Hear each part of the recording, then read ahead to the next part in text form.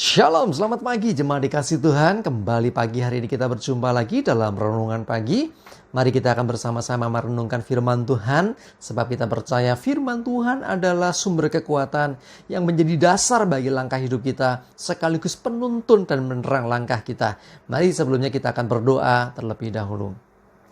Bapa di surga, terima kasih, kami bersyukur pagi hari ini Tuhan. Kami boleh datang ke hadirat-Mu menaikkan segala puji dan hormat kami atas segala berkat-Mu yang luar biasa, atas pemeliharaan dan penyertaan Tuhan, bahkan pertolongan Tuhan.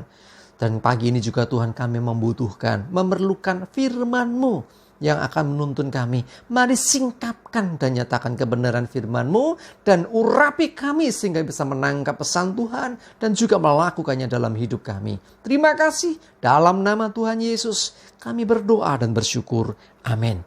Mari jemaat dikasih Tuhan, kita buka Alkitab kita.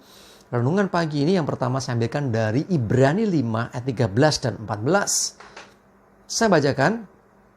Sebab barang siapa masih memerlukan susu, ia tidak memahami ajaran tentang kebenaran. Sebab ia adalah anak kecil.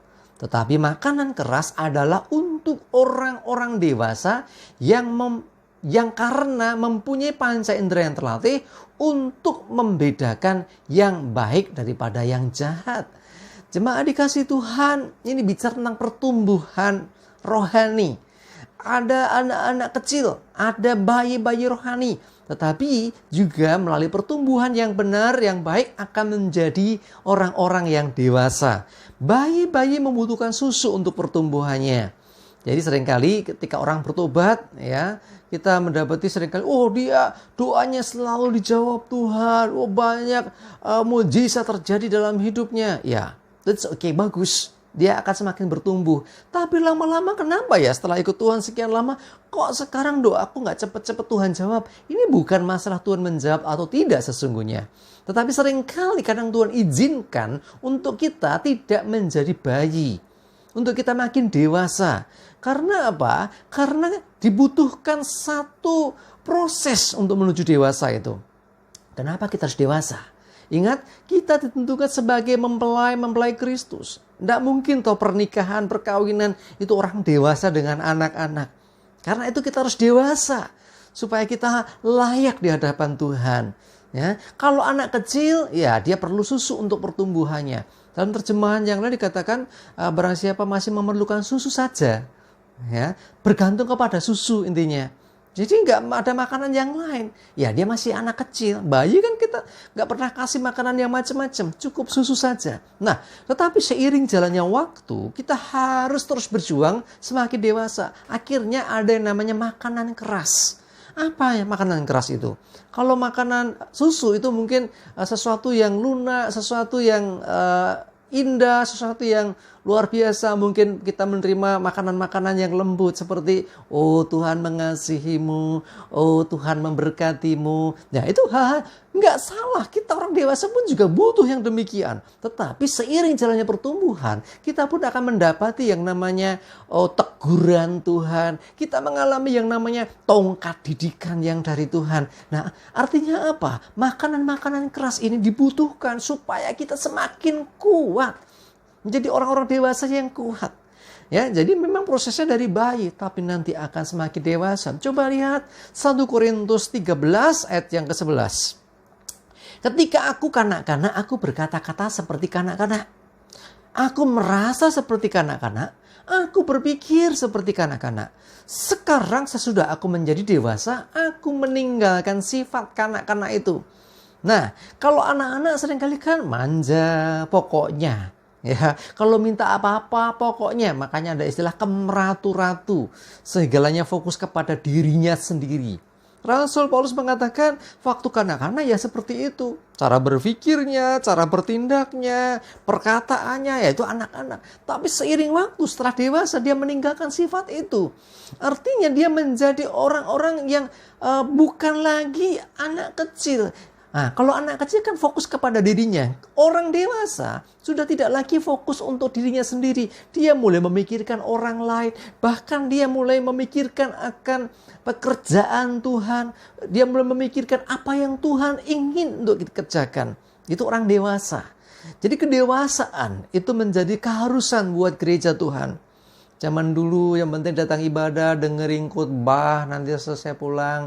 Begitu terus. Sekarang ada pandemi, agak terbatas. Waduh, kita nggak bisa kumpul-kumpul nih. Ibadah di rumah, bagaimana ibadah di rumah? Saudara, fokusnya itu adalah bagaimana kita berinteraksi dengan Tuhan. Kita memuji, menyembah Tuhan. Baru kita mendengarkan firman Tuhan. Jadi semuanya itu bisa dilakukan, tidak harus di gedung gereja. Tidak harus kita kumpul banyak orang. Nah, ini proses pendewasaan kita. Wah, kita sekarang mandiri ya. Iya, di rumah pujian, di rumah sembahyang dengan ya mungkin kadang sendiri juga, kadang dengan orang-orang ya cuman beberapa orang, enggak masalah. Mari, jangan bayi terus, kita makin dewasa. Kadang-kadang diizinkan masalah, kadang-kadang diizinkan beban itu terjadi dalam hidup kita. Kadang-kadang pencobaan diizinkan Tuhan terjadi. Ingat, kita bukan bayi lagi, kita terus menuju kepada kedewasaan. Karena itu ketika menghadapi semuanya, kita mesti tetap kuat. Yuk kita pandang Tuhan. Makanan-makanan yang keras baik itu membentuk akan iman kita di dalam Tuhan.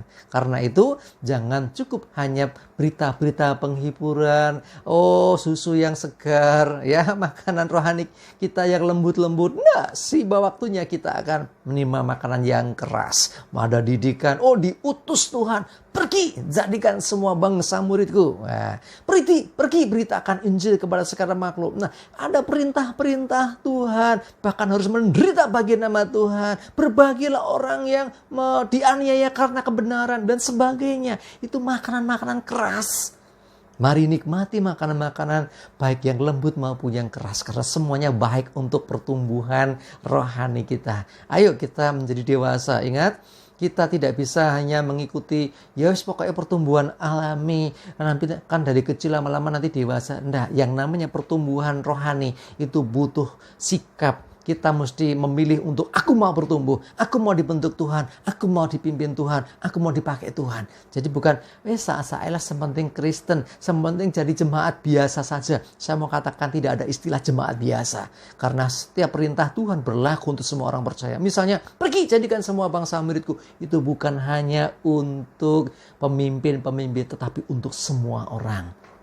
Jemaat dikasih Tuhan, kita adalah saksi-saksinya Tuhan. Mari kita semakin dewasa dalam Tuhan. Terima makanan lunak, makanan keras, semuanya kita terima. Sebab itu membawa kebaikan untuk kita semakin dewasa. Ingat, kita adalah mempelai-mempelainya. Jadi kita harus dewasa di dalam Tuhan. Amin, kita berdoa. Terima kasih Tuhan, kami bersyukur firman-Mu pagi ini. Oh, kami diajarkan untuk kami juga harus siap menerima makanan keras.